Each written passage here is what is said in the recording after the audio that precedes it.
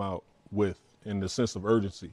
You know, really trying to come out and make a statement in this game in particular. I thought Steph Curry was just absolutely amazing on both ends of the floor. You know, having a block, rebounding the basketball, 15 rebounds, a career high. I thought it was amazing just to see that. So when you play at that level and you continue to trend in that direction, they're going to be a tough out for anybody, and they look like they're on pace to get that three-peat. Jason, it's easy to look at what Steph Curry did and go, okay, wow, that stands out in the box score. But you noticed something in the first quarter that really set the tone for the Warriors. Well, I thought it was Draymond Green. If we've watched Draymond struggle this year from the field, his willingness to take what the defense is giving him, set them up to have success, especially when he's making shots. I mean, he was 5 for 5 in the first quarter, 13 points. Draymond's impact was felt early and often, and he set the tone. We know he's the spiritual, emotional leader for the Warriors, but Draymond was just active, infectious in all facets of his offensive game. As you see him get the roll to the basket there. Here, a tough finish and one. Flex on him. Let him know.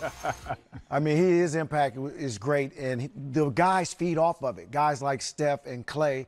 You know, Steph does his thing after he hits big threes, but for the most part, they're not as demonstrative as Draymond. And when he gets demonstrative and he flexes and he shows his emotions in a positive light, it affects everyone.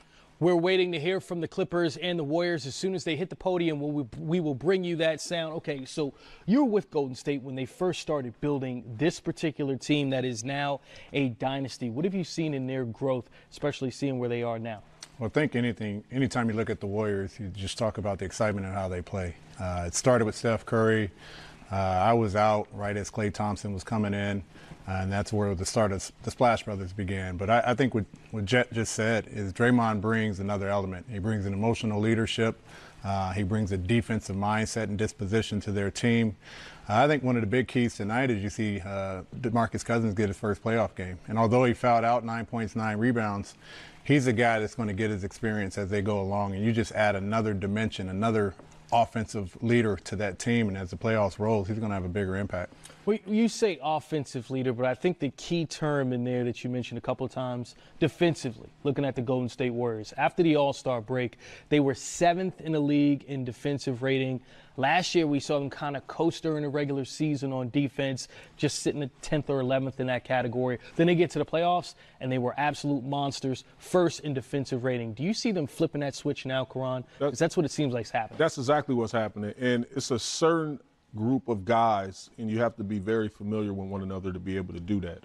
And you look, they're tired of the regular season and the course of the formality of the season. And, every game, everybody's getting up for them and playing their best, getting their best shot and their best hit. But this is their time. And, they're prepared for this new season, which is the playoffs. And like you said, Coach, you look at Draymond Green. He's making shots. He's ready for this moment. And, Doc Rivers like, I'm going to continue to give you those opportunities. And, Steph Curry, he's making shots. Kevin Durant, he's playing both ends of the floor. So if it's any team in the association that can do it with a flip of a switch, it's the Golden State Warriors. And one of those guys that really, if you look at the box score, it's like, okay, Kevin Durant, 23, 4, and 3, kind of a quiet night for him.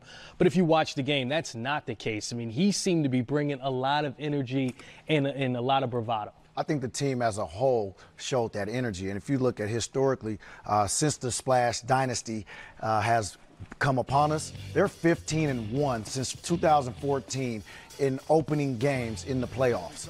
So their success is because of the Oracle Arena. Obviously, playing in that arena, these guys go on runs that are just unstoppable. In the second quarter, the Clippers took the lead with 5 minutes left.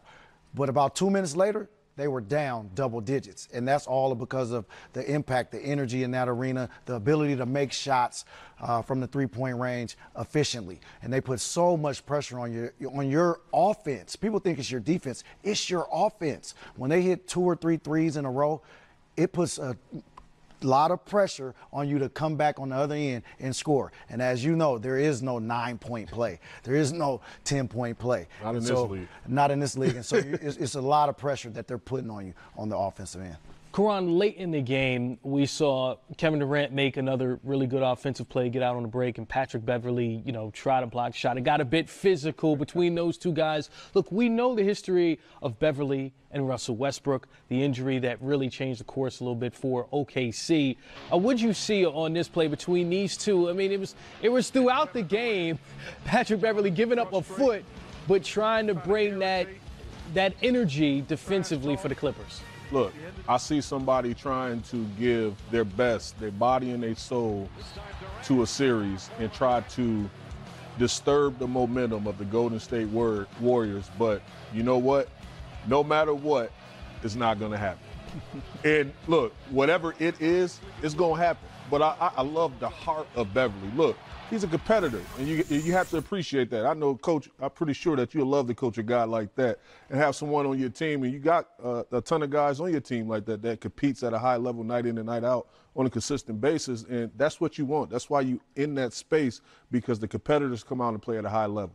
I think the biggest impact for someone like Patrick Beverley, someone like Draymond Green, he's the guy you hate when you have to coach against. Oh, man. But when he's in your locker room, he's the guy that you appreciate. He brings you that defensive disposition. He brings you that emotion. He brings you that heart, that soul every night. And in the playoff series, as these guys are filling each other out, it's important for someone to step up to the forefront on the defensive end. We know guys are going to make plays and score. Who's going to be the emotional leader? Who's going to be the defensive leader? Well, we see the statement that the Warriors made in Game 1. On the other side of that, for Doc Rivers, who should be in the running for Coach of the Year, I think we all agree with that. Okay, what should his approach be? What do you imagine it would be in this situation after suffering a loss like this? I think Jet touched on it. You see the Clippers go up in the second quarter, and then with 2 minutes to go, the Warriors they turn it up, and it goes to a double-digit lead, and they do the same thing in the third quarter. I thought the Clippers brought it to about 6 in the third. Next thing you know, it's a 19-point deficit heading into the fourth. You have to withstand Golden State's runs, and the only way you do that is you don't turn the basketball over, you don't take ill-advised shots, you get back in transition, and you make them play half-court offense.